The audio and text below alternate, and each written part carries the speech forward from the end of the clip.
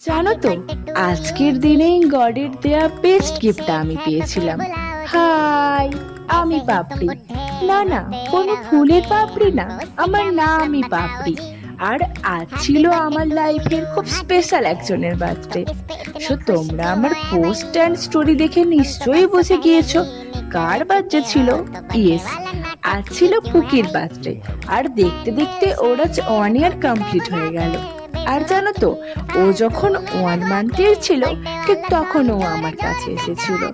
আর ওই 1 মান্থ থেকে 1 ইয়ারের করে তোলার জার্নিটা খুব একটা সহজ ছিল না।